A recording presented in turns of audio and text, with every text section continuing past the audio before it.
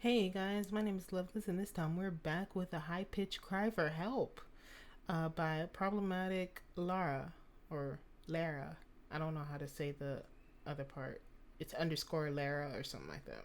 I don't know. So let's get straight into it. Izuku had never heard of a force quirk manifestation before. After all, they are rare and not something that people ever talk about, especially since they never happen for good reasons. It was actually a good week. Izuku was used to having multiple scrapes and bruises all over his body, but this week he only had three, both his knees and one of his upper arm. It was because Kachan had been sick, and without him, the other kids lost interest in trying to use their quirks on Izuku. Kachan had chickenpox, and although he was worried about him, Deku knew that there was no good in visiting him while he was sick. It was also the last week before summer break. It was a really good week. He didn't get to eat the cake the week before his birthday, but Kachan remembered and let him play catch with the other kids without making fun of him first. He also asked about the bruise on his leg, but didn't dig deep when he saw that he was uncomfortable. It was the little things that let him know that Kachan was great. Izuku was sure Kachan was still his friend. He would be a great hero. There was no use in telling him that it was actually not true. Kachan didn't remember his birthday, nor did he let him play, nor was he worried about him. The day Auntie Mitsuki gave Kachan a gift for little Izuku, which he was too occupied opening while the other kids played without him. Later that day, he would trade the All Might figure, he already had that one, for the Silver Age one. And after seeing the bruise, he just wasn't interested enough for him to keep asking. But Deku didn't need to know that. Maybe summer break would be just as good. The day that everything went downhill was almost too well planned for anyone to make any questions or raise any suspicions. Almost. When Izuku came back from preschool, he immediately noticed something was terribly wrong. To begin with, the front door was open for the first time in months. He didn't need to go through the window to have access to his own house. It was awfully quiet, too. No sounds of his mama cleaning or the radio making white noise. Mama was nowhere to be found.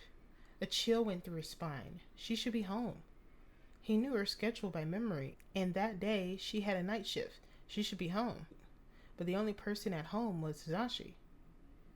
Izuku was way too young to understand that he was drunk, but he was smart enough to associate the bottles on the ground with bad news. It was too late when he saw him on the couch. If he remembered correctly, it was the first time in 3 weeks that he was home, and he was definitely not pleased to see his son. Why do you even come back if you don't have a key?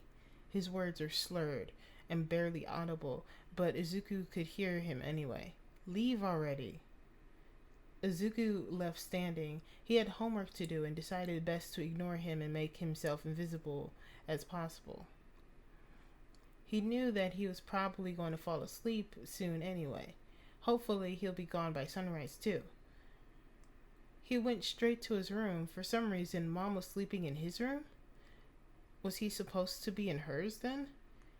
He didn't want to wake her. Are the quirkless hard of hearing too, or are you just stupid? A tall shadow raised before him. His father, who he hadn't heard coming, was standing before him. I said leave. With barely any time, Izuku dropped to the floor, avoiding a slap by a mere centimeter. What a mistake that was. He knew. He really did. He shouldn't avoid any punches. Somehow frustration was a way to anger his father a lot more than he could handle. Izuku was usually not scared of Hisashi.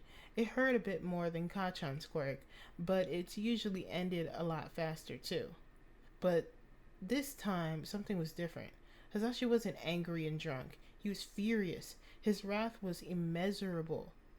And it probably had something to do with the fact that he was supposed to leave for about 3-month period instead of coming back in just 3 weeks.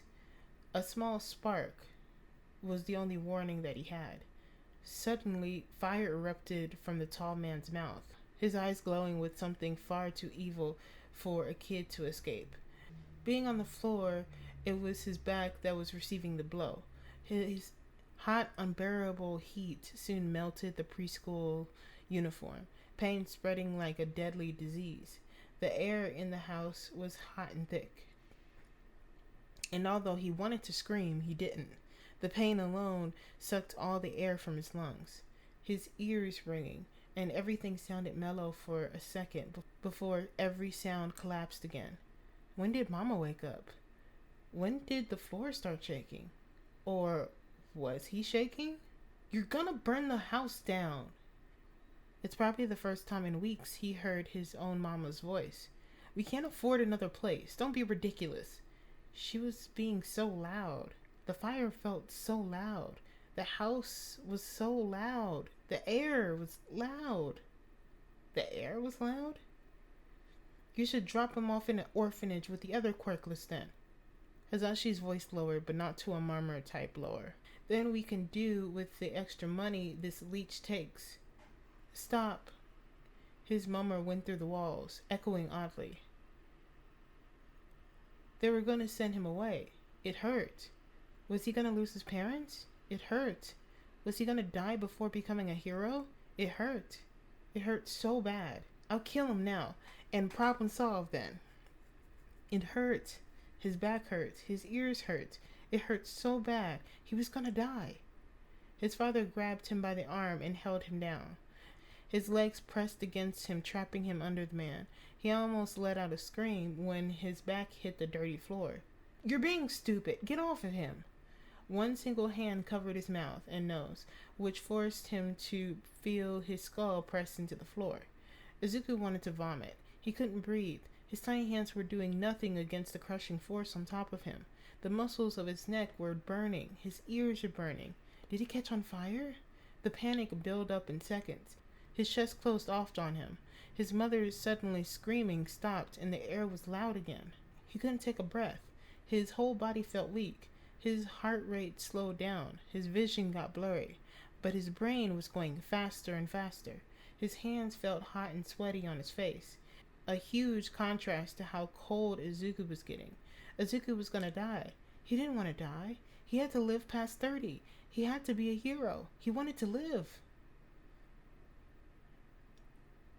The look in Hazashi's eyes were the subject of his nightmares for the next decade.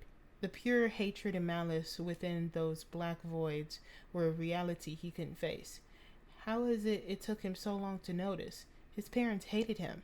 He ruined their lives. He took away their friends and reputation and ruined their relationship. He wanted to live, but how was he allowed to do with all the things he had done? He turned his father into a villain, his mother into a stranger, his friend into a bully. Was he bad? He didn't want to be bad.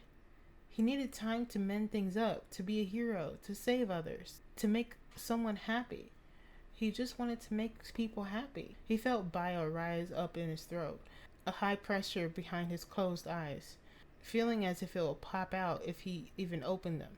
He wanted to vomit. No, it wasn't vomit. He wanted to scream. He contained his cry for help like an uncomfortable waterfall, a desperate explosion of water encapsulating in his mouth.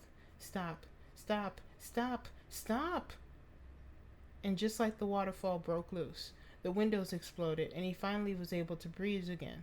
Hizashi was far away from him in a second, in the corner of the living room, completely unconscious. His mama was kneeling on the ground, both hands on her ears, blood on her hands, water in her eyes. The air was silent again. After everything was silent.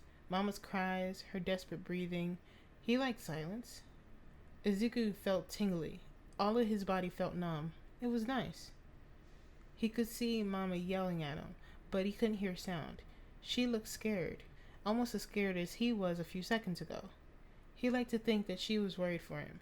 She was horrified by him. She was horrified at herself. She couldn't hear herself either. He wanted to get up and help her. He really did. But he was so tired. So tired. His green eyes felt dull and his eyelids heavy. His mouth was dry. Izuku could remember his mother saying a few years back, sometimes you have to sleep on things. Maybe this was one of those times.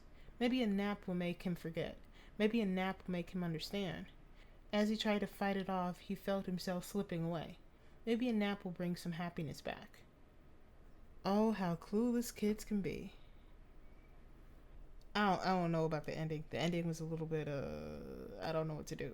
I don't know what to say about that. But it was good. It's so sad, but it was good. So, yay. So if you want to see more of this, you know what to do. Like, subscribe, comment, all those things. Bye.